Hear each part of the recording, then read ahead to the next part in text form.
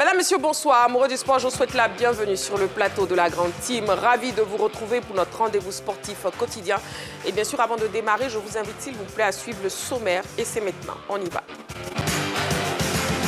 Au sommaire de ce numéro de la Grande Team, les brèves sportives d'ici et d'ailleurs. Et c'est dans LGT News. Brésil vers une prolongation du contrat de Carlo Ancelotti. Ça fait le buzz. FIFA Série, un bon test pour les éléphantes, on en parle au cours de l'actu.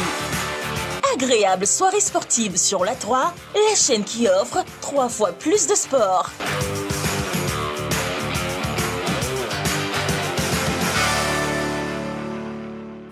La question LGT pour ce soir, FIFA Series, un bon test pour les éléphantes. Ce sera tout à l'heure dans l'actu.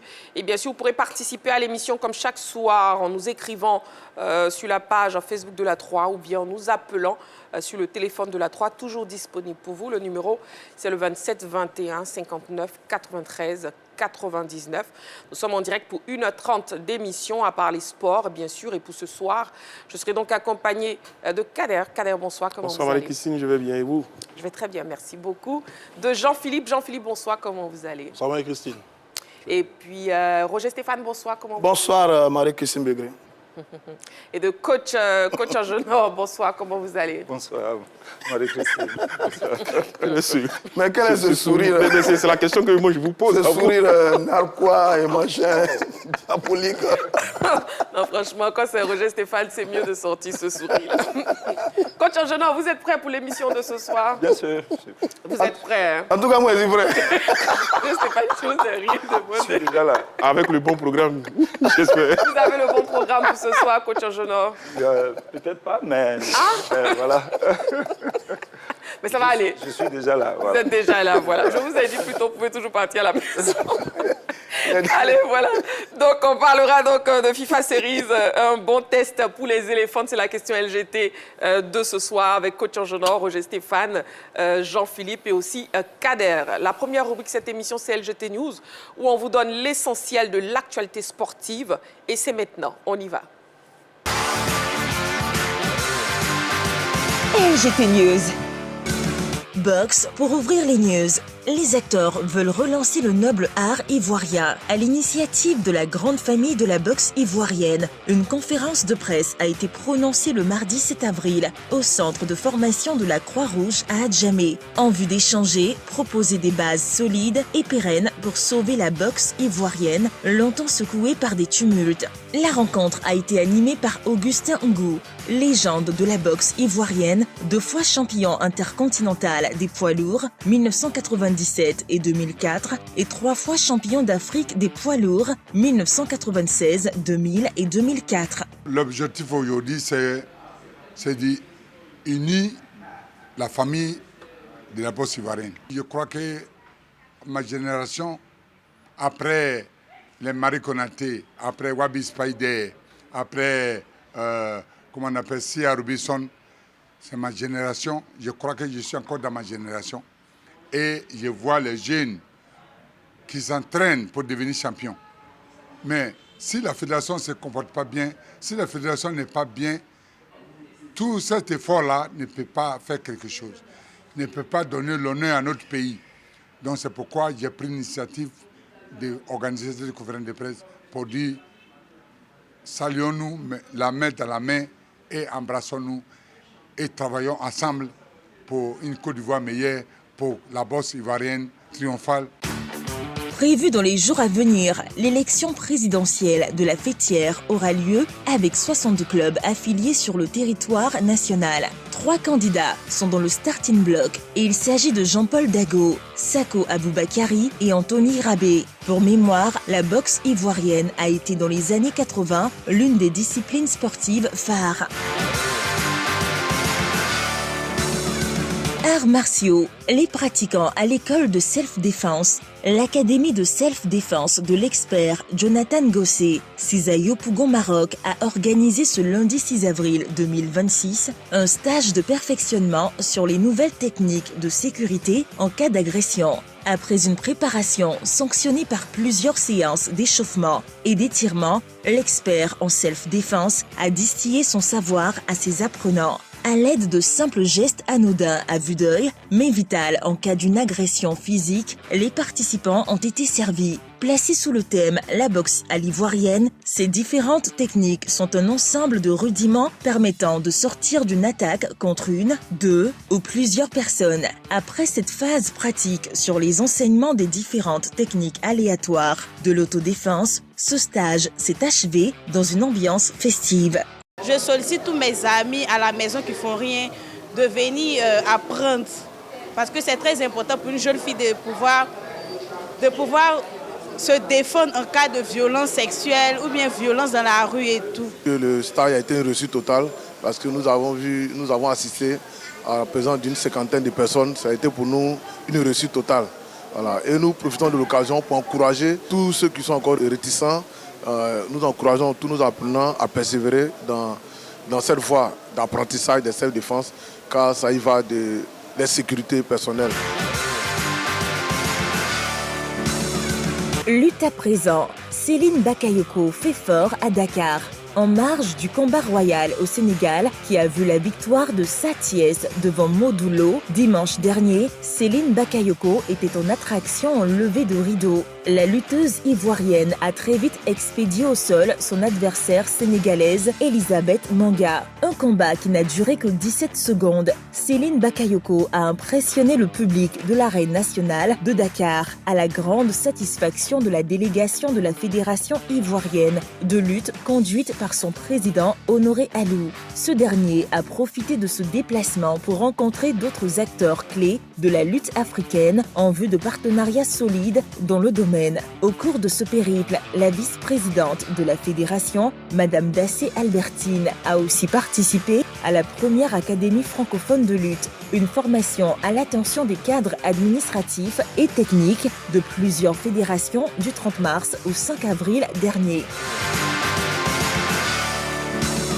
Chapitre football, Bundesliga, Leipzig veut blinder Yann Diomandé. Alors que les intérêts en Europe autour de Yann Diomandé ne cessent de croître, Leipzig souhaite mettre les barbelés pour le conserver sur une période. Le club allemand de l'ailier ivoirien lui propose une prolongation de contrat pour une saison supplémentaire. Leipzig, sa pépite en pleine ascension et faire face à la pression des clubs pouvant proposer des offres financières importantes. Le joueur avait déclaré récemment s'en remettre à Leipzig pour son avenir. Mais la donne pourrait changer avec les nombreuses convoitises. Pour Yann Diomandé, cette situation pourrait représenter une opportunité de franchir un cap en rejoignant un cadre en Europe, tandis que Leipzig cherche à la fois à optimiser sa progression sur le plan sportif et sa valeur sur le marché des transferts.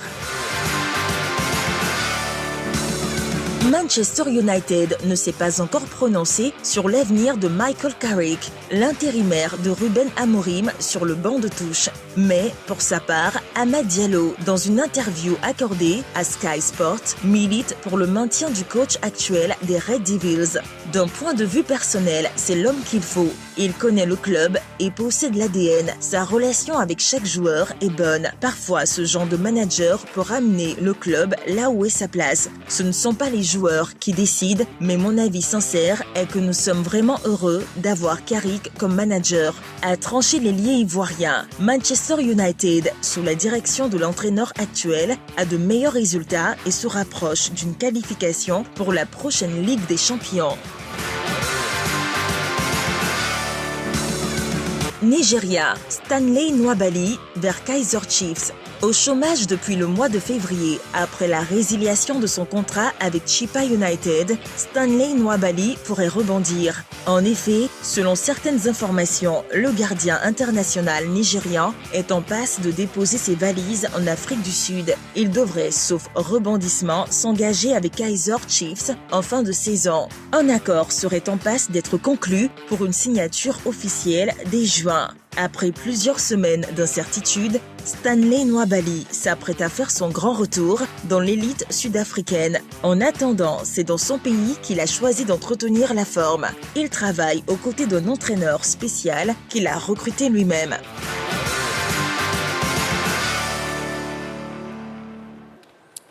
Voilà, Voilà, nous sommes en direct sur la 3. Une autre information pour vous, amoureux du sport. CAN U17, Maroc 2026.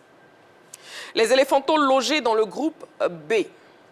Le tirage au sort de la prochaine Coupe d'Afrique des Nations U17 Maroc 2026 a été effectué ce mercredi. La Côte d'Ivoire, tête de série, évoluera dans la poule B en compagnie du Cameroun, de l'Ouganda et de la République démocratique du Congo. L'objectif majeur pour les éléphantaux reste la qualification pour le mondial de leur catégorie au Qatar. Voilà. Allez, débrief des news à présent. Jean-Philippe, avec vous, on parle de Amad Diallo. Oui, Amad Diallo qui a marqué son satisfait d'être sous, je dirais, le directoire de Michael Carrick. Il faut dire que Amad Diallo avait eu une relation très fusionnelle avec son ancien entraîneur portugais qui malheureusement était débarqué en cours de saison. Et Manchester United a enregistré l'arrivée de Michael Carrick, un enfant de la maison. Et beaucoup de personnes étaient dubitatives quant à sa capacité à pouvoir mener la barque des Red Devils, qui était une barque qui partait à la dérive. Et rapidement, avec son système en 4-2-3-1, il avait réussi à remotiver ses garçons, à trouver la bonne alchimie et le bon placement. Et on avait retrouvé Amad Diallo beaucoup plus clinique, emmené par Brian Bemo et tous les joueurs de Manchester United. Et Manchester n'a eu de cesse de progresser aujourd'hui. Manchester est en train de titiller les premières places de la Première Ligue anglaise. Et donc, c'est au vu de ces résultats que l'ailier de charme de la Côte d'Ivoire, Amad Diallo, a estimé que Carrick devrait continuer à la tête des Red Devils parce qu'on sait qu'en fin de saison, il y aura forcément du chamboulement au niveau des bancs de touche. On parle de l'arrivée de l'ancien entraîneur du Real Madrid, Xabi Alonso du côté de Liverpool. On parle du départ de Pep Guardiola, de beaucoup d'entraîneurs. Donc, il se pourrait qu'il y ait une valse des entraîneurs en fin de saison. Et le vœu de Amad Diallo, c'est de voir Carrick rempiler. Il faut dire que depuis son arrivée, c'est vrai, pour ceux qui suivent Manchester United, ils ont l'impression que Amad Diallo n'est plus un indéboulonnable du 11 de départ, mais Carrick quand même lui a maintenu sa confiance. Après, sur les 2 dernières sorties de Manchester, il était titulaire. Et voilà, pour des fortunes diverses, une victoire, un match pour Manchester. Mais bon, c'est pas grave. Pour l'instant, personne n'attendait Manchester à ce niveau. Et avec Carrick, ils sont dans les premières places du championnat. Très bien. Et puis, parlons d'un autre éléphant. Il s'agit de Yann Diomandé avec Kader. Oui. Exactement. Un éléphant, on appelle un autre. Après Amad Diallo, à droite, c'est ça. À gauche, c'est Yann Diomandé. Eh bien, qui cette fois, on va dire, fait l'objet d'études de son club, Leipzig, qui est en train de réfléchir si oui ou non ils vont prolonger le garçon, parce que cette saison, sa seule saison d'ailleurs avec ce club-là, sa première, pardon, j'ai envie de dire, il a marqué d'une pierre blanche, parce qu'il est aujourd'hui à 13 buts du côté de Leipzig. Au côté du directoire, on est en train de réfléchir sur est-ce qu'il faut le laisser partir, parce que ce garçon apporte énormément, aussi bien en passe décisive qu'en but. C'est un joueur déterminant. On sait que Liverpool convoite le garçon avec le départ de Mohamed Salah qui a sa dernière saison à Liverpool. On pensait justement à l'international ivoirien pour remplacer le pharaon. Leipzig, de son côté, est en train de voir est-ce qu'il faut laisser partir sa pépite ivoirienne. C'est en tout cas la question, le sujet sur lequel, eh bien, du côté de Leipzig, on réfléchit. Pour le garçon, on parle de poursuivre sa progression à Leipzig. Pour d'autres, on parle d'aller progresser ailleurs, dans un top club européen, notamment un club qui est concerné par la Ligue des Champions, notamment Liverpool. Il y a également le Bayern qui était sur les traces de ce garçon-là. Donc voilà un peu les questions qu'on se pose autour de ce garçon-là. Va-t-il partir? Va-t-il rester pour poursuivre sa progression? Voilà la grande interrogation. Toujours est-il que le garçon continue de flamber avec les éléphants, avec son club. Mais en tout cas, on lui souhaite de faire le bon choix, trouver du temps de jeu dans le club dans lequel il va atterrir pour continuer, comme on l'a dit, à progresser et puis à nous faire plaisir chaque week-end, tout simplement. Très bien. Parlons boxe à présent avec Roger Stéphane. Ngou Augustin, l'ancien champion d'Afrique et de Côte d'Ivoire des poids lourds, qui veut s'impliquer plus ou moins dans la résolution de la crise qui secoue en ce moment la Fédération ivoirienne de boxe. Il était donc face à la presse. Bon, c'est une très belle initiative de voir les anciennes gloires des différentes disciplines s'impliquer pour la résolution donc, des crises. Mais malheureusement, sur les informations que j'ai eues, les quelques coups de fil que j'ai passés, les différents candidats annoncés n'étaient pas à cette conférence de presse. Certains même n'avaient pas écho du contenu des actions de Ngou Augustin. C'est un peu dommage parce qu'il aurait été plus intéressant que tout soit autour de cet ancien champion. Mais quand cela ne tienne, c'est une très très bonne initiative et je suis parfaitement d'accord avec lui parce que maintenant, il faut sortir de la crise au niveau de la Fédération ivoirienne de boxe et par une élection. Le processus électoral a été suspendu depuis le 24 octobre 2025. Ça fait 7 mois que ça dure. La raison officielle n'est pas connue jusqu'à présent. Le CNO, qui avait le dossier en charge, a adressé un courrier aux différents acteurs pour leur dire que le processus était suspendu sur injonction donc, du ministère des Sports. Et depuis, plus rien. Il y a 10 jours, il y a eu une séance de travail avec le CNO qui a défini la période de la campagne électorale, début de la campagne le 26 mars, fin de la campagne le 8 avril et élection le 10 avril. Mais depuis, plus rien. Il n'y a pas eu de campagne et vraisemblablement, il n'y aura pas d'élection ce 10 avril. Bon, on ne sait plus ce qui se passe. Donc, c'est peut-être l'occasion de demander au ministère des Sports et au CNO de mettre fin à tout ça pour qu'on sorte enfin de la crise à la fédération avec une élection qui devrait avoir un nouveau président de la fédération ivoirienne de boxe. Il y a eu beaucoup de tumultes, il y a eu beaucoup de réunions, il y a eu beaucoup de choses qui ont été dites sur certains acteurs au niveau de cette discipline. Mais enfin bref, 7 mois, c'est trop. Maintenant, il faut qu'on aille aux élections. Et tous les regards sont tournés vers le ministère des Sports pour qu'on relance la machine électorale, pour qu'on ait enfin un président de la Fédération de boxe. Et pour ça, il faut saluer l'initiative d'Ungo Augustin. Merci beaucoup, Roger Stéphane. Nous allons marquer une petite pause, juste le temps de la publicité. Amoureux du sport, vous ne bougez surtout pas. On se retrouve dans seulement quelques petites secondes pour la suite de l'émission. À tout de suite.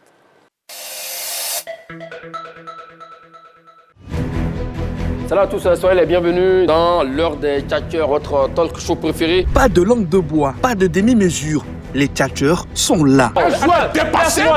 Laisse-moi terminer. Oui, mais... Je ne suis pas dans l'émotion. Dans l'émotion, surtout, faites bien de souligner cela. Il doit toujours conserver son calme. Une chose est d'avoir la légitimité de contester quelque chose. Monsieur Magat, le football se conjugue au présent. Ne nous enflammons pas. Ça, je suis d'accord avec vous maintenant. 27, 21, 59, 93, 99. Alors, nous vous écoutons. Tant que champion d'Afrique 2023, on doit se remettre en cause. Du lundi au vendredi, à partir de 10h sur la 3, devenez le meilleur tchatcheur en donnant votre avis sur les sujets. Bonne suite de programme sur les antennes de la 3. Les débats plaisir. C'est toujours sur la 3. Allez, salut. La 3, nous offrons 3 fois plus de sport.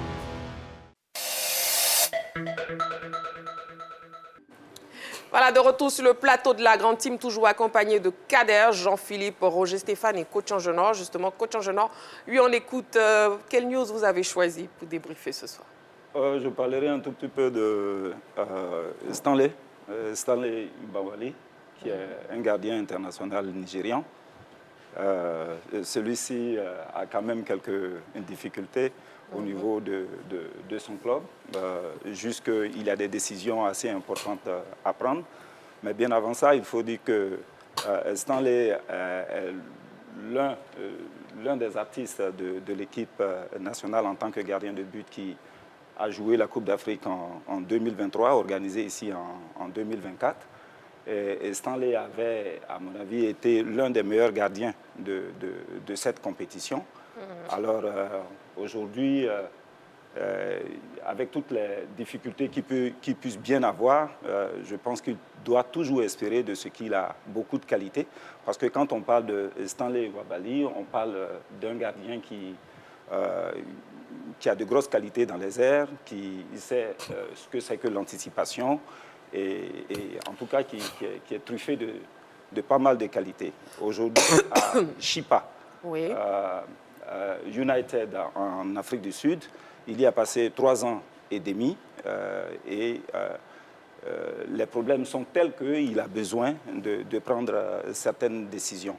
Il est convoité par Kaizer Chiefs, mais il y a aussi l'équipe de la Tanzanie, Simba, sans oublier le Raja de Casablanca. Donc les perspectives sont assez intéressantes.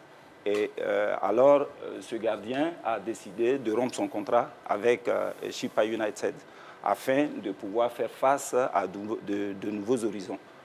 Alors, est-ce que ce sont de bonnes décisions? Ce sont des questions qu'on se pose.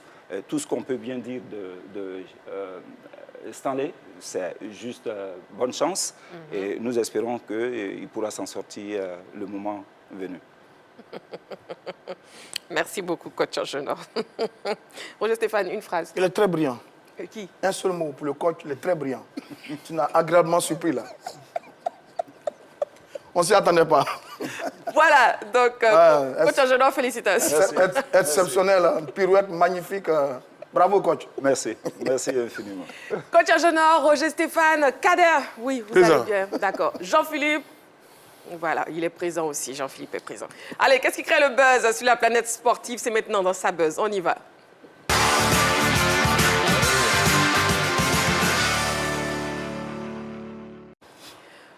Carlo Ancelotti vient de se voir proposer un contrat de prolongation de la part de la Fédération brésilienne de football. On en parle donc après cet élément préparé par la rédaction. On regarde.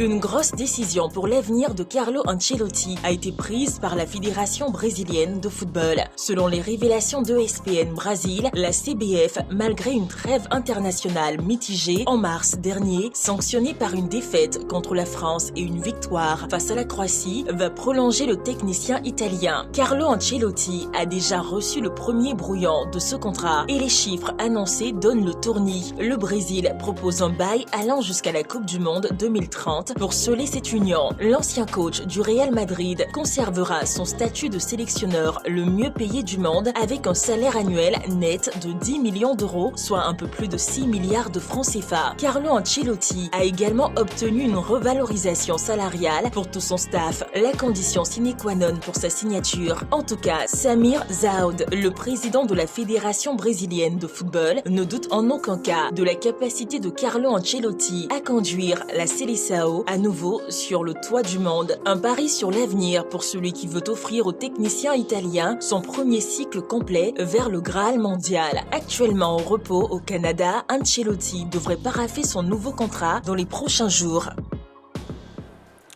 Voilà une proposition donc de prolongation de contrat. Est-ce que c'est une bonne nouvelle, messieurs, pour Carlo Ancelotti? Kader? Oui, forcément, quand on est à la tête d'une telle sélection, n'oublions pas la sélection qui détient le record de nombre de trophées de Coupe du Monde, forcément c'était un honneur, c'est valorisant pour lui déjà d'être l'entraîneur de cette sélection-là et puis se voir prolonger le contrat avant même la grande compétition. Mais la question qu'il faut se poser, c'est quel que soit le résultat de la prochaine Coupe du Monde. Voilà la question qu'il faut se poser. Est-ce que le Brésil, si le Brésil fait une contre-performance comme elle en a l'habitude désormais depuis 2002, est-ce que le contrat va tenir? C'est la question qu'on se pose, mais pour l'instant, ça lui permet de travailler sereinement et bien de se projeter sur le long terme. Voilà, il hérite d'une sélection qui est à la recherche de son passé glorieux. Depuis 2002, le Brésil n'a plus disputé, on va dire, de demi-finale même de Coupe du Monde. Ouais. C'est difficile pour elle. Elle a été... Non, pardon. En 2014, elle était, je crois, en demi-finale face à l'Allemagne. Demi-finaliste face à l'Allemagne. C'est 7-1, justement. Et donc, depuis, le Brésil se cherche un tout petit peu. C'est l'ogre mondial.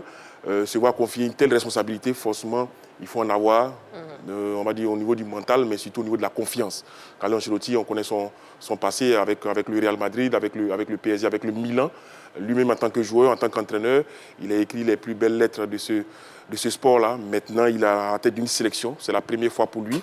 Et du Brésil, faut-il le rappeler. Brésil, oui. Donc, forcément, les attentes sont grandes. Les attentes sont grandes pour une équipe qui, comme je l'ai dit, est à la recherche de son passé glorieux. Est-ce qu'il va réussir cette mission-là? Mais en tout cas, la CBF, met tout à sa disposition en lui confiant un projet à long terme pour lui permettre de travailler avec sérénité. Exactement, la fédération brésilienne désire travailler dans la durée avec le technicien italien, Jean-Philippe. Oui, il est présent depuis 10 rencontres maintenant sur le banc de touche de cette équipe brésilienne avec un bilan plus que pratiquement honorable. 5 victoires, je crois 2 matchs nuls et 3 défaites, dont l'une dernière face à la France. Mais il a eu quand même des victoires assez marquantes. Il y a eu la victoire notamment face à la Corée du Sud 5-0. Il y a eu également tout simplement une défaite face au Japon. Ouais. Il y a, comme je l'ai dit tout à l'heure, une défaite face à la France. Et il y a eu quand même une victoire face au Brésil et face à la Croatie, excusez-moi. Et ce qu'il faut noter, c'est que normalement, ils ont un parcours en Coupe du Monde, je dirais, je ne vais pas dire à leur portée, mais qui en tout cas, qui devrait permettre au Brésil de sortir de la phase de groupe parce qu'ils vont jouer le Maroc, Haïti et l'Écosse. C'est vrai que le Maroc était demi-finaliste sur la dernière Coupe du Monde. Le Maroc peut créer quelques ennuis à cette équipe brésilienne. Mais pour les 2 autres équipes, je pense que ça pourrait tout simplement le faire. Et Ancelotti, il a sa première expérience d'entraîneur. Mais il faut dire qu'il vit très bien sa vie du côté du Brésil. On voit qu'il s'est très bien intégré à l'environnement. Ouais. On sait que son pays, aujourd'hui, l'Italie, a de grosses difficultés pour pouvoir recoller à la Coupe du Monde. Et je pense que les Brésiliens anticipent. Ils anticipent sur une probable pression de son pays pour qu'il puisse venir prendre la squadra Azzurra. Donc, on lui propose déjà cette prolongation avec assortie de cette très bonne proposition financière. Et puis, je pense que lui qui avait souhaité, en tout cas après le Brésil, aller peut-être s'asseoir au Canada pour prendre sa retraite, bon, les Brésiliens ne veulent pas laisser partir. D'autant plus que dans l'environnement du football brésilien, il n'y a pas un entraîneur qui se détache avec suffisamment d'autorité, de poigne et de science pour pouvoir conduire la Seleção. Donc, on verra ce que cela va donner. Mais pour l'instant, on est dans les spéculations. Donc, il n'a pas encore prolongé. Et on saura ce que cela va donner à l'avant. Très bien. Est-ce que, justement, Carlo Ancelotti est l'homme de la situation, Roger Stéphane? Non, dans tous les cas, il est arrivé, je crois, en mai 2025. Et son travail plaît énormément à la fédération brésilienne. Elle est séduite par la qualité de son travail. On connaît son pedigree. Hein. C'est un formidable entraîneur. Parme, Juventus, Milan, Chelsea, Bayern, Real de Madrid. Il a quasiment entraîné tous les grands clubs sur le continent européen. C'est son premier poste en tant que sélectionneur pour une nation. Et c'est quelle nation? C'est l'équipe du Brésil. Il a réalisé un bon match décisif face à l'équipe du Paraguay pour la qualification pour la Coupe du Monde. Il s'est imposé 1-0 pour qualifier donc le Brésil. Après, pour la dernière fenêtre, il a été battu par la France 2-1, mais il a pris sa revanche sur la Croatie 3-1. C'est un formidable entraîneur qui a 66 ans aujourd'hui, a été pendant longtemps l'un des meilleurs, il a été meilleur partout où il est passé. Donc oui, je pense que c'est l'homme qu'il faut à cette équipe du Brésil qui cherche un peu à la recherche de son passé glorieux. On l'a dit sur le plateau, le dernier sacre remonte à 2002 avec la génération de Ronaldo, Rivaldo et autres, Roberto Carlos. Mais avant, il y a eu le grand Brésil de Pelé, de Vava. Le Brésil, c'est Socrates, c'est Zico, c'est Falcao. Le Brésil, c'est Romario, c'est Bebeto, c'est Dunga. C'est vraiment une grande nation de football. Et la Coupe du Monde reste le champ, évidemment, du Brésil. Et il est fortement attendu sur la prochaine Coupe du Monde de football. Qu'est-ce qu'il réserve aux Brésiliens? Il est charmant, c'est un garçon, un monsieur qui a un très bon... C'est pas un garçon, c'est un monsieur qui a un très bon caractère, un très bon état d'esprit. Donc évidemment, c'est l'homme de la situation parce que le Brésil, justement, ça va pas très fort. Ça va pas très fort. Maintenant, lui, qu'est-ce qu'il a dans son effectif? Il a Vinicius, il a Rafinha, Gabriel Jesus, il a Marquinhos. C'est vrai que c'est pas les grands noms du Brésil par le passé, mais bon, il est capable de façonner ce groupe. Il est en train de le faire. Souhaitons-lui plein succès. Je pense qu'il va y arriver. Le contrat il est quasiment acquis. On parle de 10 millions d'euros. Oui. Révalorisation salariale. Son staff également qui a été révalorisé. Donc oui, je pense que c'est l'homme de la situation. Il a déjà commencé à faire du bon travail. Maintenant, il sera attendu à la Coupe du Monde. Parce que la Coupe du Monde, les Brésiliens ne pardonnent pas l'échec en Coupe du Monde. Qu'est-ce qu'il réserve au Brésil? Très bien. On attend de voir. En tout cas, c'est un véritable jackpot, hein, on peut le dire, coach Angenant. Plus de 6 milliards de francs CFA comme révalorisation pour Ancelotti, faisant de lui, surtout, le sélectionneur le mieux payé du monde. Oui, je pense qu'il le mérite. Il a passé tout son temps en Europe. Et en Europe, il est passé dans toutes les grandes nations de football, que ce soit l'Angleterre, l'Allemagne, la France ou encore l'Italie. Il est passé un peu partout et il a fait ses preuves. Donc Ancelotti, je le disais ici sur ce plateau, il ne fallait pas que les supporters s'énervent ou bien qu'ils se fâchent parce qu'il avait fait un match nul, sinon une défaite contre la France. Loin de lui, je pense, l'incapacité d'emmener cette équipe-là jusqu'en finale du mondial. Pour moi, c'est l'homme de la situation parce que généralement, les Brésiliens, ils sont assez chauvins. Et donc, ils ont l'habitude d'utiliser beaucoup plus les Brésiliens que d'utiliser des Européens. Alors, si ce choix a été fait, c'est un choix d'exception. C'est un choix parce que c'était l'homme de la situation. On n'allait pas d'abord le mettre dans la situation avant de le savoir. C'est parce qu'on le savait qu'ils l'ont appelé. Et donc, pour moi, c'est quelqu'un qui pourra faire ce qu'il faut pour le Brésil. On connaît ses capacités. L'argent qui lui est remis, 6 milliards de francs, je pense que c'est tout à fait normal, c'est tout à fait juste. Naturellement, c'est sur un contrat. Je pense qu'il a ce gain par rapport au mérite. Très bien, merci beaucoup. Messieurs, allez, on va avancer dans notre émission de ce soir en passant justement au stade du jour. On y va.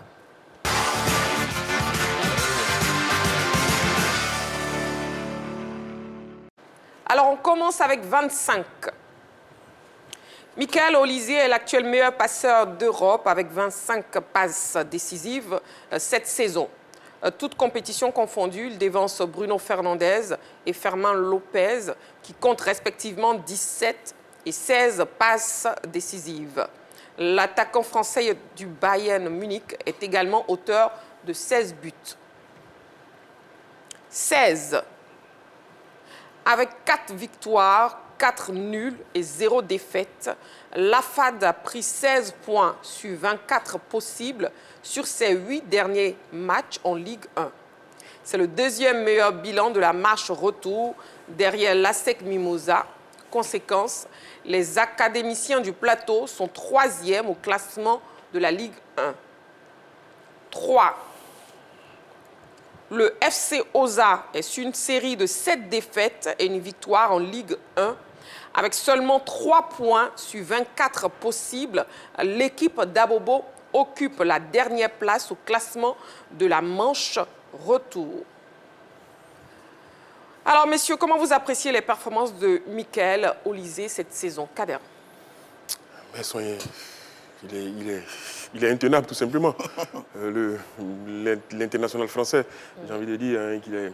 Avec le Bayern, c'est un fait follet. Sur le côté, hier encore, on l'a vu, hein, face au Real Madrid, c'est un funambule, c'est un équilibriste, un joueur capable de faire d'énormes différences. Balle au pied, il a cette technique, cette aisance, cette puissance, cette vitesse qu'il est capable de mettre sur ses accélérations et en imposer tout de suite. Et s'il vient au Bayern qu'en équipe de France. Donc c'est un garçon qui exprime bien. Je crois que le record, c'est Lionel Messi. En 2014 et 2015, il avait effectué 35 ou 36 passes décisives, je ne sais plus, tellement l'Argentin nous a rendu fous. Mais lui, il est sur les traces de Lionel Messi. La saison est loin d'être finie, il en est à 25 déjà. Non, bravo à ce garçon-là, qui progresse jour après jour, match après match, et qui, comme je l'ai dit encore, nous a régalé hier en adressant cette formidable passe à Harry Kane pour le deuxième but du Bayern de Munich. Bon, je regarde le visage de Jean-Philippe Auria. pas très content de cette... Jean-Philippe, justement, qui a la parole maintenant. Oui. Non, concernant Olise, mais écoutez, c'est un superbe joueur. Je pense qu'il va apporter beaucoup de souffle à l'équipe de France. Voyez-vous, ces dernières années, on a une génération d'ailiers qui vient d'un pays qui est l'Angleterre. Olise, c'est un enfant de la banlieue londonienne. Il a joué à Crystal Palace, c'est un club qui est très connu en Côte d'Ivoire parce que c'est le club de cœur d'un certain Wilfried Zaha. Et quand je le regardais jouer, je pensais, c'est vrai que ce n'est pas peut-être le même style anglais. Donc vous voyez un peu, ce sont des garçons qui n'ont pas peur de l'adversité, qui n'ont pas peur de leurs qualités individuelles, n'ont pas peur d'attaquer les défenseurs pour essayer de les passer et puis essayer également, à travers cet esprit altruiste, de mettre leurs coéquipiers en valeur. Et donc, c'est ce qu'il a appris en Angleterre, c'est ce qu'il a bonifié du côté de l'Allemagne, au Bayern Munich, où c'est une véritable institution. C'est encore plus facile quand vous évoluez dans une formation qui a une mentalité offensive, parce que Crystal Palace, c'est ce que je disais toujours, c'était une équipe de milieu de tableau en Angleterre, donc qui avait pour vocation de défendre son acquis. Et alors qu'au Bayern, c'est une équipe qui attaque tout le temps l'adversaire, c'est elle qui est censée avoir le ballon, faire le jeu, et puis essayer d'avoir la victoire. Et donc quand c'est comme ça met plus ce genre de profil en exergue. Et puis quand devant vous avez Harry Kane comme attaquant, ben, je suis désolé, hein, mon cher Kader, la qualité d'un passeur aussi dépend également de la qualité de l'attaquant, de la finition. Parce qu'un ailier peut envoyer 60 ballons à un attaquant. S'il ne met pas le ballon au fond des filets, on ne va pas comptabiliser ces belles passes-là comme des passes décisives. Donc c'est surtout le but qui fait de la passe une passe décisive. Et quand vous avez Harry Kane devant, il y a de fortes chances que vos passes, vos caviars se convertissent en but. Donc c'est un excellent footballeur. C'est vrai qu'il a fait mal au Real hier. Mais bon, on a eu mal, mais aujourd'hui on s'est réjoui parce que le Barça aussi a perdu 2-0 face à l'Atlético de Madrid. Mais qu'est-ce que c'est que cette méchanceté? Donc voilà, c'est comme ça, c'est le karma. Voilà. C'est de la sorcellerie. Franchement. Si tu ne réussis pas, il ne réussit pas aussi. J'ai même pas fait allusion à la défaite du Real. Je regarde juste mais laissez-le. Mais bon. Il est frileux ce soir. Absolument. Il est sensible à la critique de Jean-Philippe Auria. Oui, Roger Stéphane, sur Olise. Sur Olise, bon, ils ont fait le tour. Hein. Olise, c'est 41 matchs, 16 buts et 29 passes décisives, toutes compétitions confondues. C'est un formidable joueur. Il remplace un certain Leroy Sané, qui était là, ce même Arjen Robben. Vraiment, ce garçon-là, il est très bon, une très belle qualité, capable de dribbler beaucoup de joueurs sur un contrôle orienté. etc. C'est un garçon qui brille, porte cette équipe du Bayern de Munich qui caracole en tête au niveau de la Bundesliga. Il a bien porté cette formation hier, qui est en train de se qualifier pour les demi-finales de la Ligue des Champions. Il n'y a pas longtemps qu'il était face au Brésil. Il a été excellent face au Brésil. Deschamps l'a repositionné dans un poste de 10 en meneur de jeu. Lui qui est lié, il s'en est sorti parfaitement. Oui, c'est l'une des valeurs montantes du football français aujourd'hui. Il y en a beaucoup comme ça dans cette équipe de France, de jeunes brillants, Olysée, Kitike, Upamecano, Fofana, etc., etc. Il est dans un groupe magnifique. La France va être redoutable sur la prochaine Coupe du monde de football. Le Bayern est en ce moment très redoutable au niveau de la Ligue des Champions et quasiment intouchable au niveau de la Bundesliga. C'est l'effet Michael Olysée.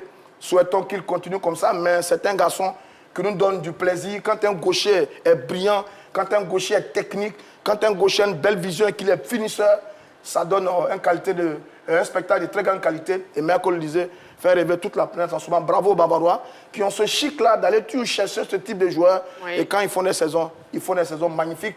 Et le garçon est très très bon en ce moment avec l'équipe du Bayern et l'équipe de France. Très bien. Et puis, coach Angenor, comment est-ce qu'on explique cette remontée spectaculaire de l'AFAD, justement, au classement de la Ligue 1 ?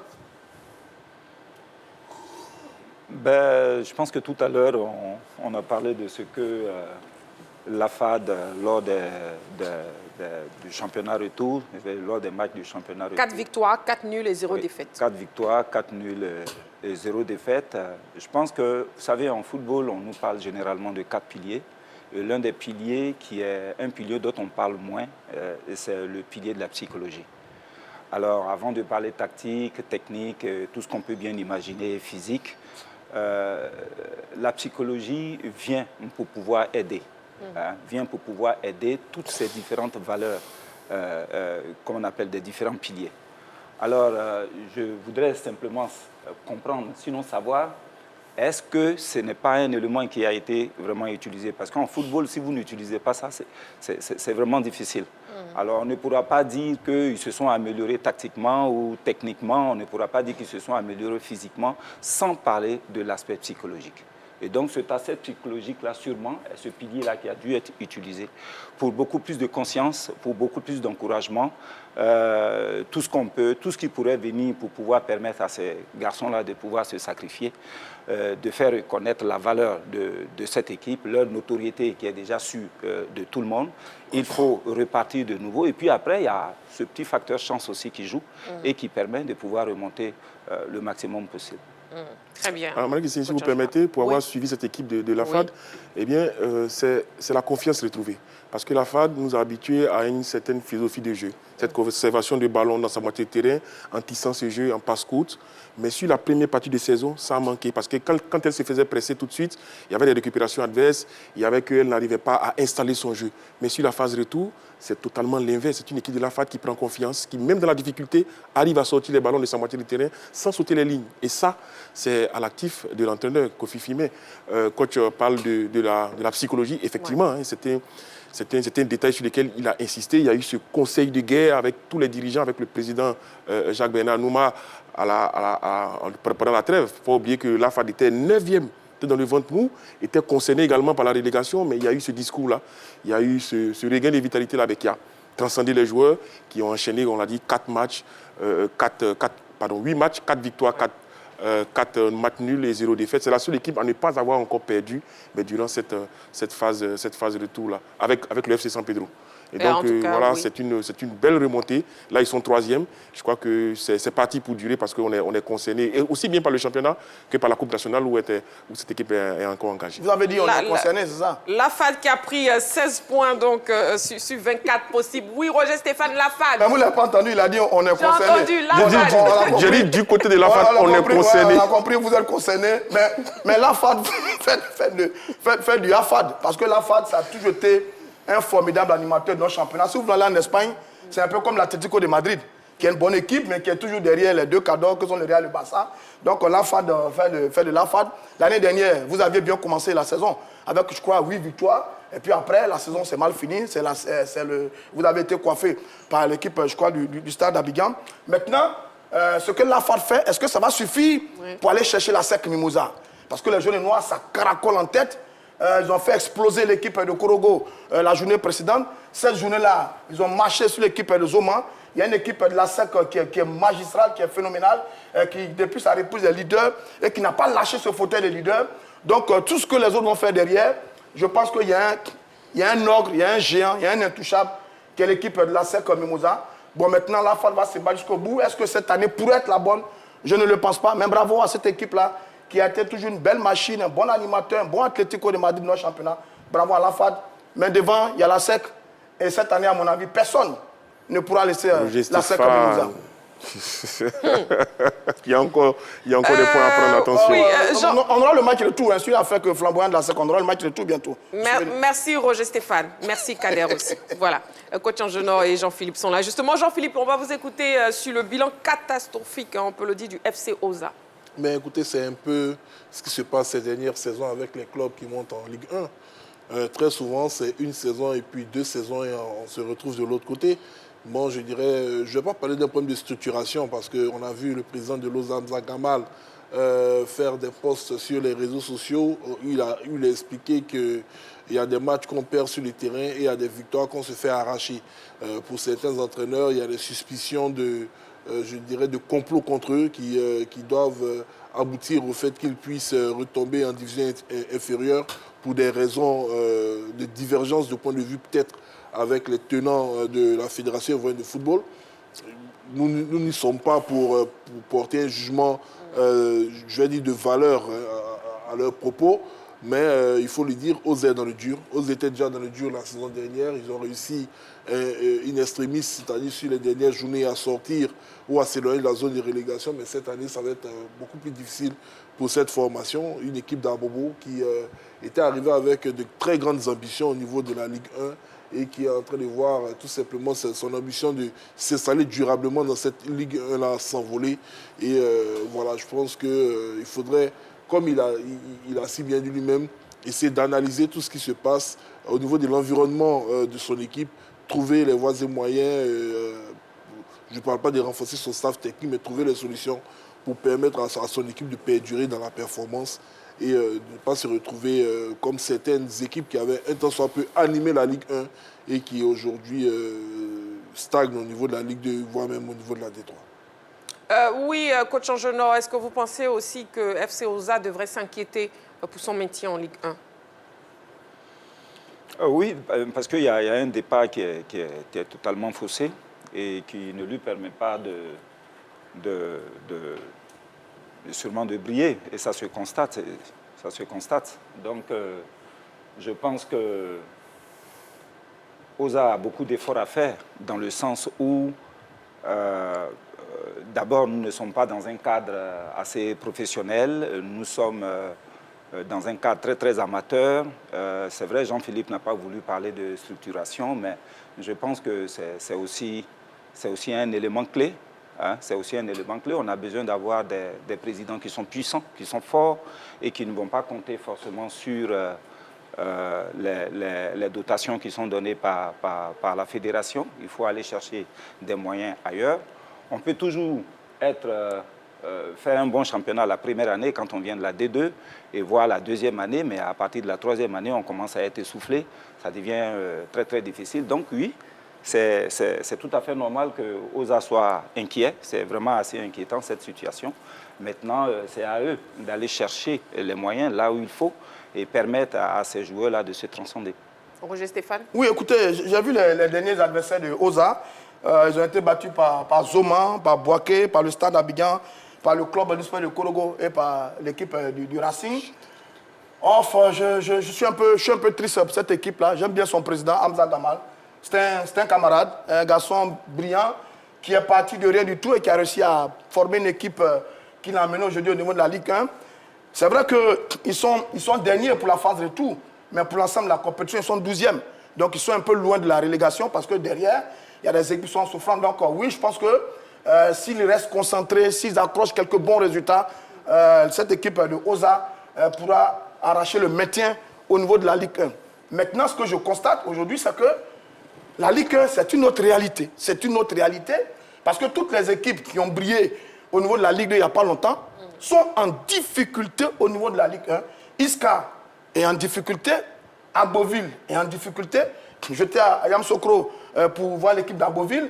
Le président, il fait tout ce qu'il faut, mais derrière, les joueurs ne suivent pas. Il y a de la démission des joueurs. Parfois, les matchs sont difficiles. On ne comprend pas le comportement des garçons sur le terrain, malgré tous les efforts qui sont faits par les dirigeants. C'est incroyable. La Ligue 1, elle est impitoyable, elle est impitoyable. Et donc, ces équipes-là qui viennent fraîchement de la Ligue 2 sont en train de souffrir. Oza, Iska, Agboville. Mais enfin bref, la compétition n'est pas encore finie. On espère qu'elles vont trouver les ressources nécessaires pour se maintenir dans cette élite du football ivoirien. Parce que ce serait vraiment dommage qu'on ait fait autant de sacrifices sur de nombreuses années pour jouer la D3, la Ligue 2, venir en Ligue 1 et retourner, prendre l'ascenseur pour repartir. Ce serait dommage. Courage Hamza Gamal, courage à Rassoul de Iska, courage également président, comment il s'appelle, Abou Kakao, je crois, d'Agboville. Moussa. Oui, Moussa Kakao. Messieurs, beaucoup de courage à vous. On espère que vous allez réussir à vous maintenir au niveau de la Ligue 1, même si ça s'est annoncé très très difficile. S'ils doivent tous se maintenir, personne ne va descendre, mon cher. On ne peut que leur souhaiter cela. Oh Seigneur, Kader. Mais écoutez, la situation est difficile, d'autant plus que à la phase aller, Oza était 3e au classement. Ils avaient bien fini la phase aller, ils étaient montés à la 3e place. Là, on se permettait à rêver de ce que cette équipe-là va rentrer dans ses objectifs. Parce que je me souviens, on avait reçu Hamza ici, vous vous en souvenez, pas sur le même décor, c'est clair. C'était l'ancien décor de la grande team. Et il avait dit qu'il venait en Ligue 1 pour être champion de Côte d'Ivoire. Il avait des ambitions plein la tête parce qu'il avait son centre de formation, parce qu'il avait cette qualité dans la formation-là. Et donc, il me disait sur ces jeunes-là pour venir bousculer la hiérarchie. 2 ans après, il se rend compte que c'est terrible, c'est difficile. Il y a l'environnement, il y a les arbitres, malheureusement. Sur le match contre Zoma, il y a une action qui appelle à réflexion sur l'action entre le gardien qui va contester le ballon et le joueur qui vient lui rentrer dedans. Et après, il y a un pénalty pour Zoma. Donc, c'est autant de choses qui appellent à la perte de confiance, à la perte de confiance collective. Parce que quand vous avez le sentiment, est-ce qu'il est justifié ou pas, que le système est contre vous, vous ne jouez plus. Cela vous coupe les jambes sous les pieds, alors que cette équipe de Oza produit du très bon football. On l'a vu en première partie de saison, animer le championnat par son football académique. Malheureusement, elle a perdu de sa super, cette équipe-là. Il va falloir remettre les choses dans l'ordre. Jean-Philippe a hésité de parler du renforcement de l'encadrement technique. Je crois que c'est ça aussi. Il faut peut-être passer à autre chose, à la vitesse supérieure. C'est vrai qu'il y a de la formation, mais derrière, il faut se faire aider. Il faut amener d'autres expertises pour pouvoir amener ces garçons-là à franchir un palier. C'est peut-être ça qui manque à cette équipe de Oza. Il a permis, n'est-ce pas, certains joueurs de partie, notamment Ousmane Diomandé, qui est du côté du Sporting Lisbonne, qui est international ivoirien. Donc, ça veut dire qu'il y a de la qualité au niveau de la formation.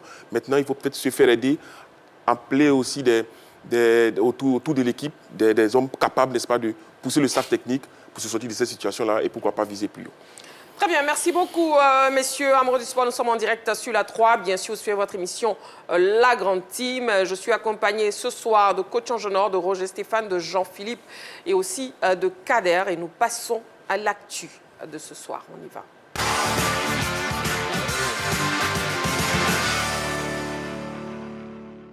Une question LGT comme chaque soir, la question de ce soir, FIFA Series, un bon test pour les éléphantes. Un bon test pour les éléphantes. Bien sûr, on ouvre le téléphone de la 3, c'est le 27 21 59 93 99. Sinon, vous avez toujours la page Facebook de la 3 disponible pour vous. Vous pouvez nous écrire. Nous parlons donc de football féminin ce soir avec les éléphantes. La sélection ivoirienne sera à l'épreuve de ses homologues venus de Mauritanie, du Pakistan et des îles Turques et Caïcos dans le cadre du tournoi FIFA World Series du 9 au 16 avril 2026. Cette compétition est-elle un bon test pour les éléphantes? Ce sujet de la rédaction donne les premiers éléments d'appréciation. On regarde. La Côte d'Ivoire accueille l'un des tournois féminins des FIFA World Series du 9 au 16 avril 2026. Cette étape regroupe la sélection ivoirienne et ses homologues venus de Mauritanie, du Pakistan et des îles Turques et Caïcos. Les tournois féminins FIFA World Series sont organisés par la fêtière du football mondial dans le but de faire la promotion du football féminin dans le monde et d'œuvrer au développement de la discipline. Ils visent également à permettre aux sélections nationales, notamment celles issues permettu des pays moins bien placés au classement FIFA de se familiariser à l'environnement des compétitions internationales et d'accroître leur niveau. Pour l'étape d'Abidjan, la Côte d'Ivoire, 72e mondiale, fait figure d'équipe la mieux classée devant le Pakistan, 154e, et les îles Turques et Caïcos, 196e. Quant à la Mauritanie, elle n'est pas classée, faute de matchs internationaux. Objectivement, vu le niveau de leurs adversaires, les éléphantes ne devraient pas avoir affaire à une grande adversité. Cependant, l'éthique sportive recommande le respect de l'adversaire et le football en particulier se caractérise par sa glorieuse incertitude. Pour la sélection ivoirienne, il importe donc d'aborder ces rencontres avec le plus grand des sérieux. L'occasion est belle pour le sélectionneur Reynald Pedros de voir à l'œuvre certaines joueuses et de tester les automatismes. L'objectif est d'affûter le collectif en vue de la CAN féminine prévue du 26 juillet au 16 août 2026 au Maroc. Pour ce tournoi FIFA World Series, dont toutes les rencontres se dérouleront au stade Alassane Ouattara d'Ebimpe, les éléphantes seront à l'épreuve de la Mauritanie ce jeudi 9 avril. Elles enchaîneront avec les îles Turques et Caïcos le dimanche 12 avril et boucleront leur parcours par le duel avec le Pakistan le jeudi 16 avril. FIFA Série, un bon test pour les éléphantes. Voilà, et la question LGT est donc posée. Et avant d'ouvrir le débat, je vous propose de voir la liste des joueuses convoquées par le sélectionneur Reynald Pedros pour le tournoi FIFA World Series. Pour les gardiennes, on a Diakité Aramatou de AJ, Amani Leslie de FC Mouna et Kela Rosine Marie de Inter Sion. Au niveau des défenseuses, on a Aïcha Fofana de la SEC Mimosa, Sissé Matoba de Tossi FC, Kwasi Naomi de la SEC Mimosa, Gbei Anastasie également de la SEC Mimosa, Binata Yabré va représenter le Stella Club d'Adjamé, Yavo Mélène évolue du côté donc, du Canada, Diawara Mariam à SEC Mimosa et Yapo Kashi Aboua également de la SEC Mimosa. Au milieu de terrain, on retrouve 9 joueuses, Bernadette Amani du Bayern de Munich, Nyunoué Erika de la SEC Mimosa, Assi Sophie de l'Atlético d'Abidjan, Dagba Essi de la SEC Mimosa, également Touré Doudou Yeti de la SEC Mimosa, Kwasi Rosemond qui évolue du côté de Washington, Abrogwa Akebe, l'OGC Nice, Kokora Sylviane qui joue à Casablanca du côté du Maroc, Ouedrago Abibou au côté de la SEC Mimosa. Je remarque bien que dans ce milieu de terrain, il y a des filles qui jouent sur le front de l'attaque et qui sont dans ce milieu, mais ce n'est pas bien grave. Kona Inès évolue à Strasbourg pour l'attaque justement. Elo Rebecca évolue à Valence. Nkessa Ange Coco qui fait son retour dans cette sélection du côté de Tenerife. Diallo Amani Asek Mimosa. Crepo Priski, l'une des belles joueuses de cette formation, évolue du côté de Bilk Chimens. Et puis Fofana Karidja, la belle joueuse de l'Atlético d'Abidjan. Chirurgie Stéphane. Nous avons un appelant, il s'agit de M. Kofi Mathieu, nous appelle de Mbato. Bonsoir M. Kofi Mathieu. Oui, bonsoir à la toute puissante Marie-Christine Degré. Bienvenue sur le plateau de la grande team, M. Kofi Mathieu. Merci beaucoup et je salue tout le monde sur le plateau. Bonsoir M. Kofi Mathieu. Et on vous écoute, FIFA Series, un bon test pour les éléphantes. Oui, bien sûr. Avec la rareté des compétitions au niveau du football féminin dans notre pays ici, ce genre de compétition-là vient pour permettre à notre équipe de se frotter à d'autres équipes et puis de permettre que nos jeux soient en jambes par rapport à la CAN qui a été reportée. Et donc, vraiment, c'est une compétition qui vient à point nommé parce que, comme je le dis, elle va permettre à notre équipe de faire comme un entraînement pour permettre à nos joueurs d'être aguerris pour la CAN qui vient. Très bien. C'est bien noté. Merci beaucoup, M. Kofi Mathieu. Merci beaucoup à vous aussi et puis bonne suite d'émission. Merci beaucoup, M. Kofi Mathieu qui nous appelait donc de Mbato. Amoureux du sport, n'oubliez pas, vous avez le téléphone de la 3, le 27 21 59 93 99, mais aussi vous avez la page Facebook de la 3. Messieurs, sur le plateau, à vos panonceaux, s'il vous plaît, FIFA Series. Un bon test pour les éléphantes, un oui ou un non. Et bien sûr, après, je vous laisserai argumenter. On y va, messieurs. Messieurs. Je veux vite. Mais levez, messieurs. Carton jaune pour Kader, carton jaune pour Jean-Philippe. Un non pour vous deux. Monsieur. Le dernier oui, premier. Un oui pour vous deux.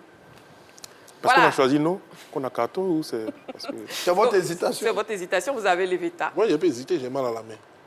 Vous avez mal à la main comment? Coach Junior, allez-y. Pourquoi ce oui? Oui, je pense que c'est un bon test. C'est déjà un test qui viendra pour mettre en lumière, et ce de façon assez claire, le niveau de la compétitivité de notre championnat. Parce que vous pouvez déjà constater que dans cette équipe, dans cette sélection, on a au minimum une dizaine de joueuses sur le plan local. Et ces joueuses-là ont été appelées parce qu'elles sont à la hauteur. Donc, c'est, je pense, déjà une manière de pouvoir évaluer notre compétition sur le plan national, mais bien au-delà, évaluer les différentes joueuses et évaluer l'équipe nationale. Oui. Mon inquiétude dans ce que je trouve vraiment bien comme test, c'est la qualité des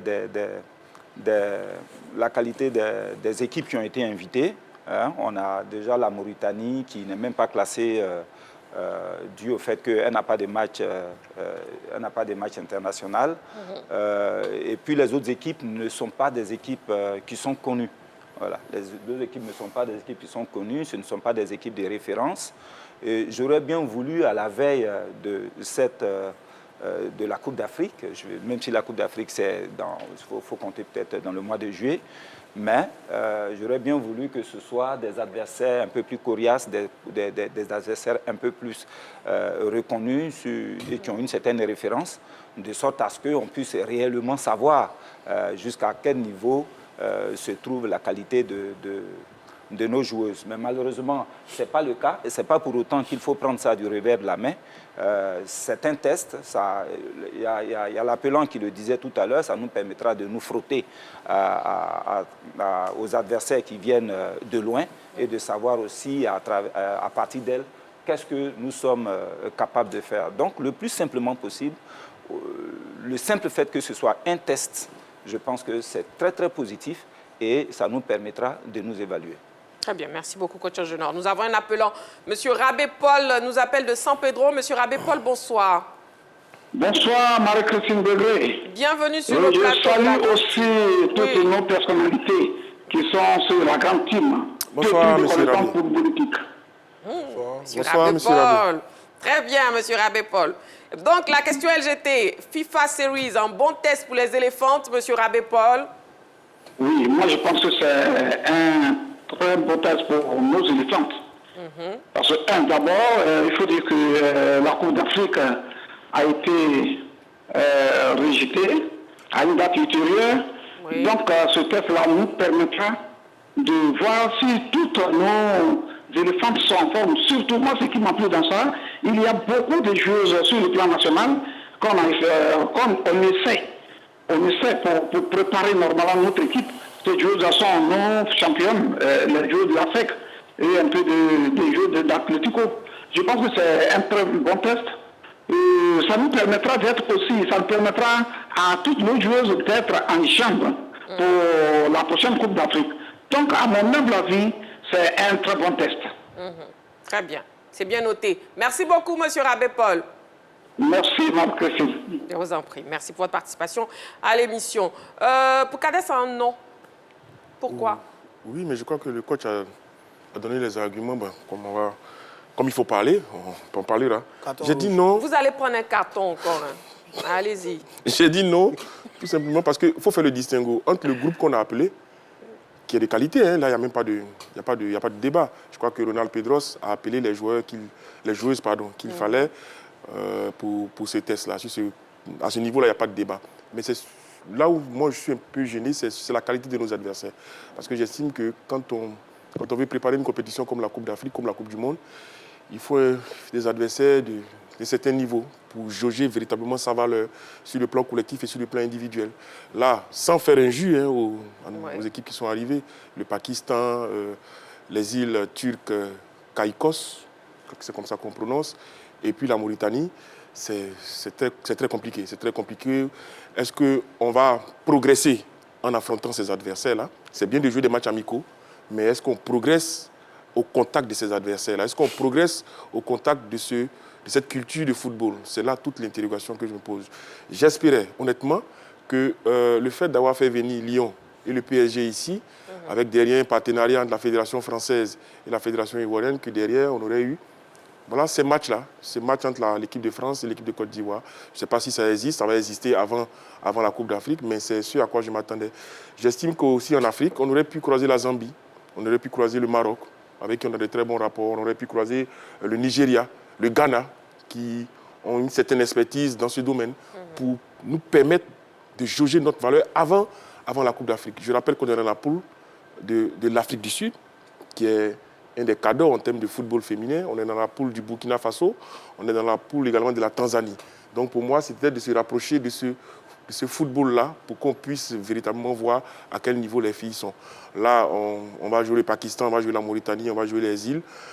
C'est bien d'avoir des matchs amicaux, mais après, c'est sur la qualité des adversaires que moi, que j'ai un léger doute sur le fait qu'on puisse progresser dans ce tournoi-là. Sinon, organiser une compétition, c'est bien, mais la qualité des adversaires, j'estime qu'on a la Côte d'Ivoire, j'estime qu'on a des joueuses qui évoluent au Bayern. Ça aurait pu nous permettre d'avoir des adversaires beaucoup plus d'un certain niveau, j'ai envie de dire, d'un certain calibre, pour nous permettre véritablement de progresser. D'accord, du coup vous répondez non à la question LGT de ce soir. Nous avons un appelant, M. Zongaston Laoui, il nous appelle de Biétry. M. Zongaston, bonsoir.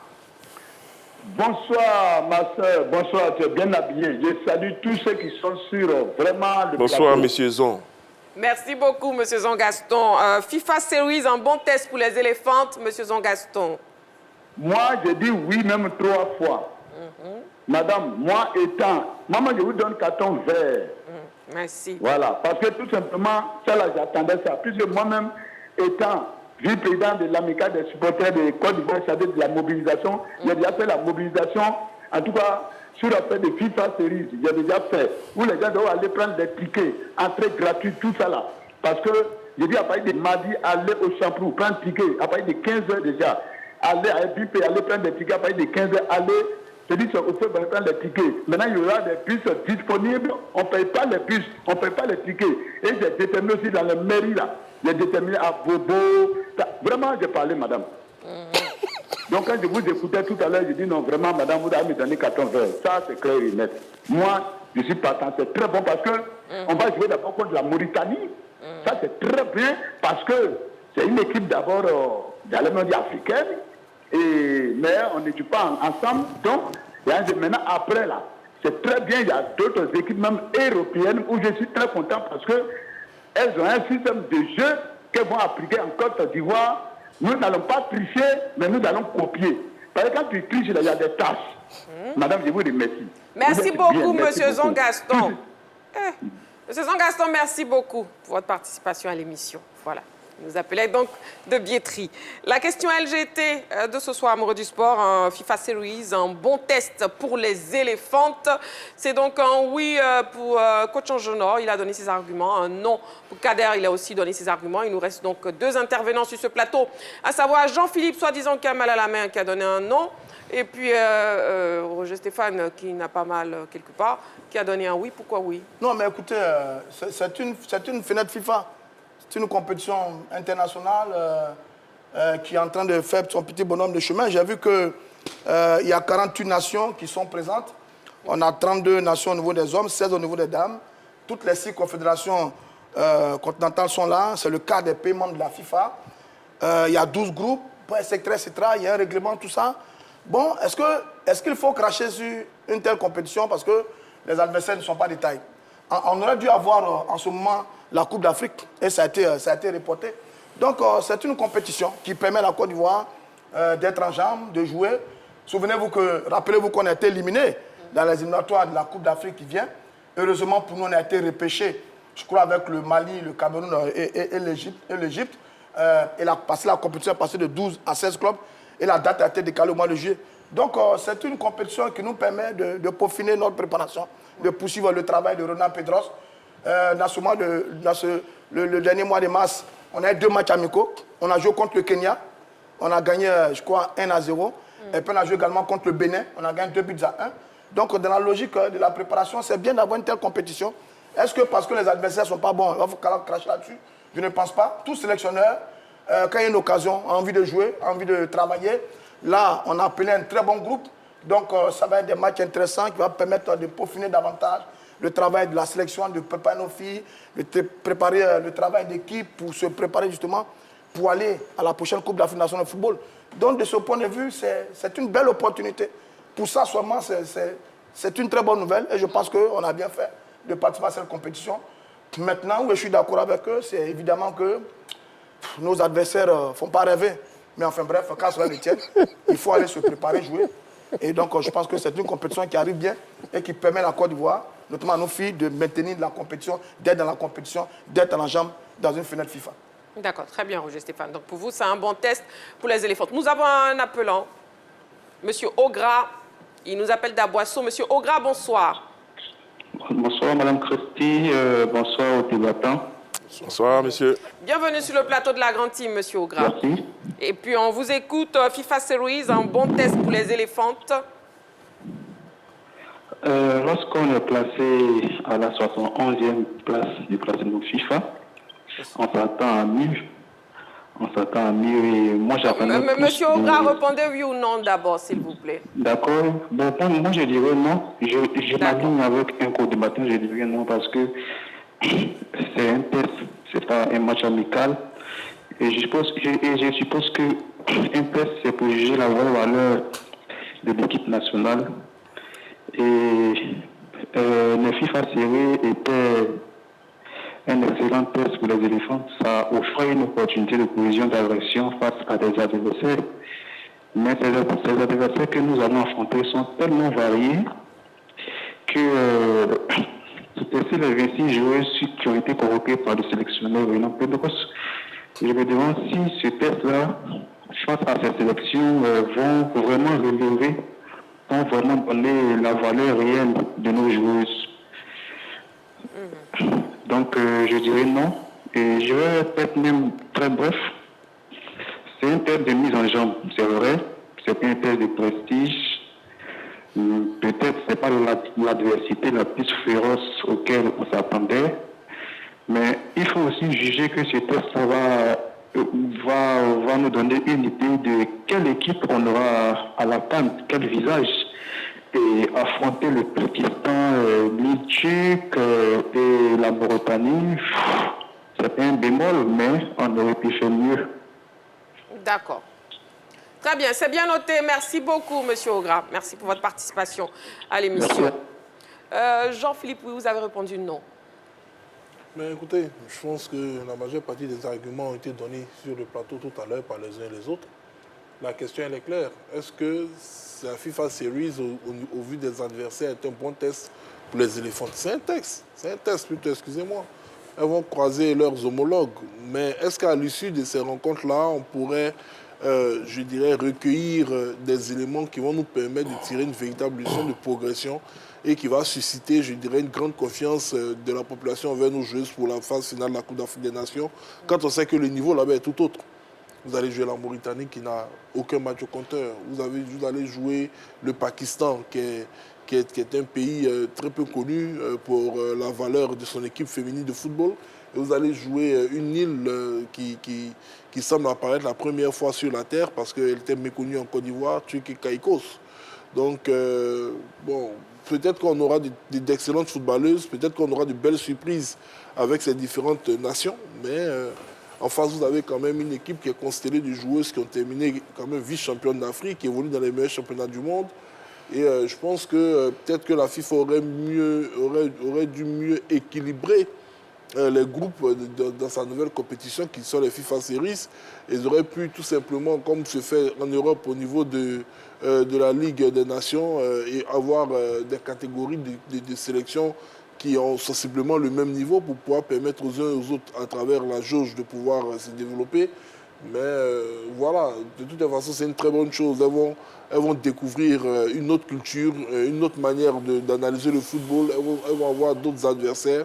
Ça peut leur être bénéfique, mais moi, j'estime que ce n'est pas un bon test. Voilà. C'est simplement parce que j'estime que ce n'est pas un bon test que j'ai mis non, puisque la question parlait du bon test. Merci Jean-Philippe. Et puis, je vous invite donc à voir le bilan statistique de la sélection ivoirienne sous Ronald Pedros. Nos filles, sous le nouveau sélectionneur Pedros, ont disputé 8 matchs pour 5 victoires et 3 matchs nuls, 0 défaite.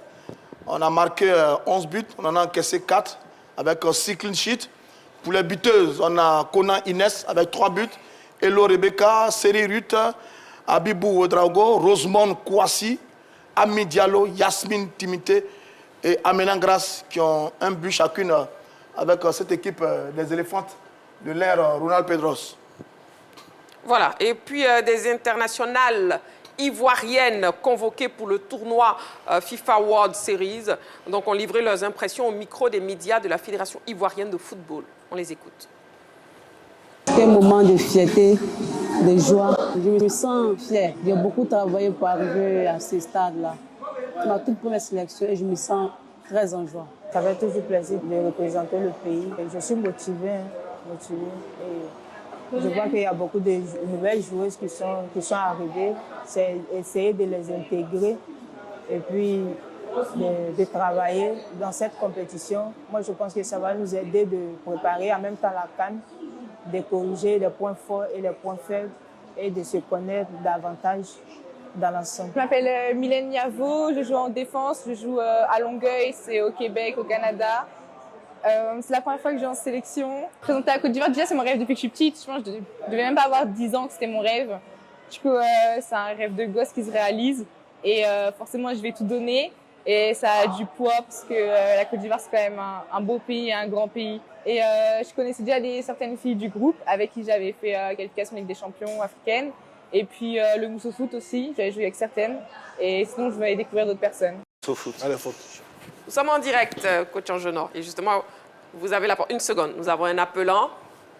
Monsieur Konaté nous appelle d'Adjamé. Monsieur Konaté, bonsoir. Bonsoir, Marie-Bégré. Bienvenue sur le plateau de la Grande Team, Monsieur Konaté. Et puis, oui, est-ce un test, un bon test pour les éléphantes? Monsieur Konaté? Bon, on a perdu Monsieur Konaté. Voilà. Oui, coach Angenor, sur l'élément qu'on vient de voir avec justement les internationales ivoiriennes présentes. Oui, je parlais particulièrement de Yavo Mylène, qui joue au Canada. Mais je pense qu'elle a joué ici aussi en Côte d'Ivoire. Elle a joué avec l'Inter d'Abidjan. Ouais. Avant de retourner au Canada. Mais elle s'est fait beaucoup plus connaître lors du tournoi Mousso Foot. Okay? Je pense que c'est là où le grand public l'a vraiment connue. Je pense qu'elle est défenseur. C'est la première fois qu'on l'appelle en équipe nationale. On espère que lors de ce test contre la Mauritanie et toutes les autres équipes qui ont été invitées, on aura là l'occasion de pouvoir la voir exactement et savoir ce qu'elle vaut. Mais si elle a été appelée, je pense que quelque part, c'est parce qu'elle a de la qualité. Merci beaucoup. Et puis, découvrons à présent le programme complet du tournoi FIFA World Series, étape d'Abidjan. Qui devait commencer ce jeudi après-midi du côté du stade de Bempé.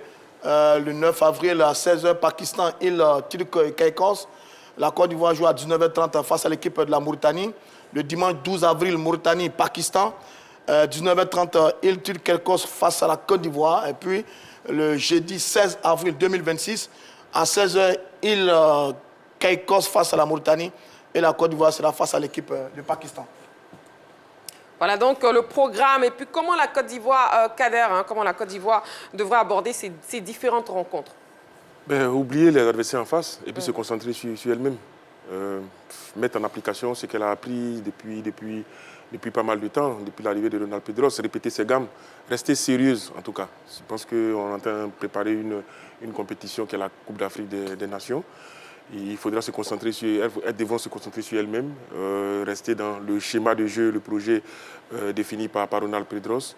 Comme je l'ai dit, emmagasiner le plein de confiance, surtout en marquant des buts, mais en produisant du jeu. C'est surtout en produisant du jeu que la confiance va s'installer et puis les attaquants devront se mettre en exergue. On a pas mal de buteuses devant, des joueuses qui ont claqué des buts cette saison, notamment Diallo Ami qui est présent dans l'effectif. Non, il y a vraiment du plaisir à prendre, mais surtout de la concentration. Il y a un travail à parachever. On espère qu'elles vont ressortir avec beaucoup plus de confiance durant ce test-là, même si j'estime que les adversaires, pour moi, voilà. La SEC Mimosa aurait opposé beaucoup plus de résistance que les équipes qu'on va affronter. Oui, Roger Stéphane, vous êtes... Bon, alors, je dis, il est clair que notre poule, c'est une poule qui est vraiment déséquilibrée et qui est largement à notre avantage. Le Pakistan, elles sont 156e mondial. Les Mauritaniennes ne sont même pas classées. Et puis, il Kékos, 196e mondial. Nous, on est 72e mondial et 7e africain. On est qualifié pour la prochaine CAN, même si on a été repêché. Donc oui, il y a un vrai déséquilibre. Et je pense que cette compétition, on va se faire plaisir. On espère qu'il y aura une vraie boulimie offensive. Il y aura beaucoup de buts, notamment de la part de nos joueuses. Donc c'est de jouer crânement, de respecter l'adversaire, de pratiquer un très beau football qui est convaincant, d'avoir des lignes soudées, des jeunes filles appliquées qui vont respecter le football et jouer crânement pour offrir du spectacle à tous ceux qui vont se déplacer du côté du stade de BMP. Et donc, évidemment, c'est une compétition qui va permettre à Pedros de voir ses filles. Parce que quand même, dans le groupe, on a de très très bonnes filles. Ange Coco, elle fait son retour. C'est une très bonne joueuse dans cette équipe des éléphants. Kakuda Amani évolue du côté du Bayern de Munich, une excellente joueuse également. Kwasi Rosemond qui est là, qui joue à Washington, celle-là, une ailière de grande qualité. Je me rappelle que le président Idriss, il y a 2 ans ou 3 ans, avait mis un point donné à aller chercher cette jeune demoiselle pour la ramener au niveau de la sélection. Il y a Keto Priski, excellente joueuse également, qui est dans le groupe. Elo Rebecca, qui joue à Valence. Fofana Diakariga. Il y a une dizaine de professionnels, une dizaine de joueuses de la SEC Mimosa, et puis quelques autres clubs. Donc évidemment, le groupe lui-même doit voir la qualité de son travail, le niveau de son travail. Est-ce que la confiance est revenue? Est-ce qu'on a récupéré de cette fameuse élimination de la CAN, heureusement qu'on a été repêché? Est-ce qu'on va reproduire les mêmes efforts qu'on a reproduits face au Bénin, face au Kenya lors des 2 derniers matchs amicaux? Enfin bref, c'est une compétition qui est là. C'est des adversaires qui arrivent d'autres continents. Nous aussi, on va représenter valablement notre continent. Et j'espère que les filles vont jouer calmement. C'est vrai, je le reconnais, on le reconnaît tous. C'est une poule qui a notre avantage. On espère voir du spectacle, mais vraiment du spectacle du côté des BMP. Merci beaucoup, Roger Stéphane. Écoutons l'avis du public sportif ivoirien sur la question LGT de ce soir. On y va. Effectivement, ça sera un très bon test pour les éléphants. Ça va permettre de connaître le niveau intellectuel des filles ivoiriennes qui jouent dans les équipes. Et puis, ça va permettre aux jeunes filles de s'intéresser au football. Ça sera très intéressant d'accueillir cette compétition parce que les jeunes filles ivoiriennes ne s'intéressent pas trop au football. Donc, ça sera une occasion pour les jeunes filles de s'intéresser au football. Je pense que ça sera un très bon test pour le football féminin. Parce que ça va pousser les filles à jouer au football et ça va prendre de l'ampleur aussi. Je pense bien que ça sera un très bon test pour le football féminin en Afrique, précisément en Côte d'Ivoire. Oui, effectivement, ça sera un beau texte parce que d'abord, ça va leur permettre d'avoir confiance en elles, de connaître leurs capacités et de permettre aussi aux Ivoiriens de les connaître un peu mieux. Parce que, personnellement, moi, je ne les connais pas toutes. Donc, ça va nous permettre de les connaître. Et puis, bon, de connaître aussi la capacité de jeu des autres joueuses. Oui, ça sera un bon test pour les éléphants de Côte d'Ivoire, puisque ça permet de pouvoir détecter de nouveaux talents, de pouvoir peut-être mettre ces filles en confiance, puisque si elles décrochent la victoire, ça permet de les mettre en confiance, ça permet de pouvoir valoriser le football féminin en Côte d'Ivoire, puisqu'on remarque que le football féminin est un peu plus marginalisé contrairement à football de celui des garçons. Allez, donc, merci beaucoup au public sportif ivoirien pour vos différentes réponses sur la question LGT de ce soir. Jean-Philippe, justement, la présence du public sera un atout. Hein. Oui, de toutes les façons, nos filles sont très suivies maintenant. Elles ont elles-mêmes leur fan club de base, leurs amis du quartier, les parents. Et également, on sait que quand le drapeau ivoirien présenté face aux autres nations. C'est toute la nation qui se réveille et qui se lève tout d'un coup pour le porter très haut. Donc je pense que le football féminin qui a pris au jeu de l'ampleur en Côte d'Ivoire va avoir ses amoureux au stade Ebimpe. Et je pense que le spectacle sera garanti, d'autant plus que c'est une compétition FIFA. Coach Angenor? Oui, je pense que généralement, quand on parle de compétition FIFA, il y a une entente, il y a une relation forte entre la fédération locale et la FIFA, au point où il y a des actions généralement qui sont menées pour pouvoir amener le public. On passe généralement dans les différents lycées, un peu partout, dans les quartiers. En tout cas, il y a une organisation qui est mise en place. Et depuis que cela se fait, le public a été toujours présent. Encore une fois, je pense que ce jeudi, déjà à partir de demain, le public va répondre. Vous savez, ça devient de plus en plus curieux de voir les femmes jouer. Et les gens commencent à comprendre qu'il manque de spectacle en ne venant pas au terrain. Et puis nos résultats sont bons. On a vu tout à l'heure les statistiques, 8 matchs qui sont joués, 5 qui sont gagnés. En tout cas, on n'a pas de défaites. Et donc la curiosité s'installe un peu partout et c'est sûr que les gens viendront au terrain. Si vous me permettez, je voulais juste dire un petit mot concernant la manière dont il faut aborder ce match et cette compétition. Je pense qu'il faut accepter d'avoir deux adversaires. Le premier, c'est déjà l'adversaire qui est en face de nous, c'est-à-dire l'adversaire physique, et qui pourrait être la Mauritanie ou toutes les autres équipes. Le deuxième, il faut que ce soit soi. Soi va se définir par ce que l'entraîneur va demander.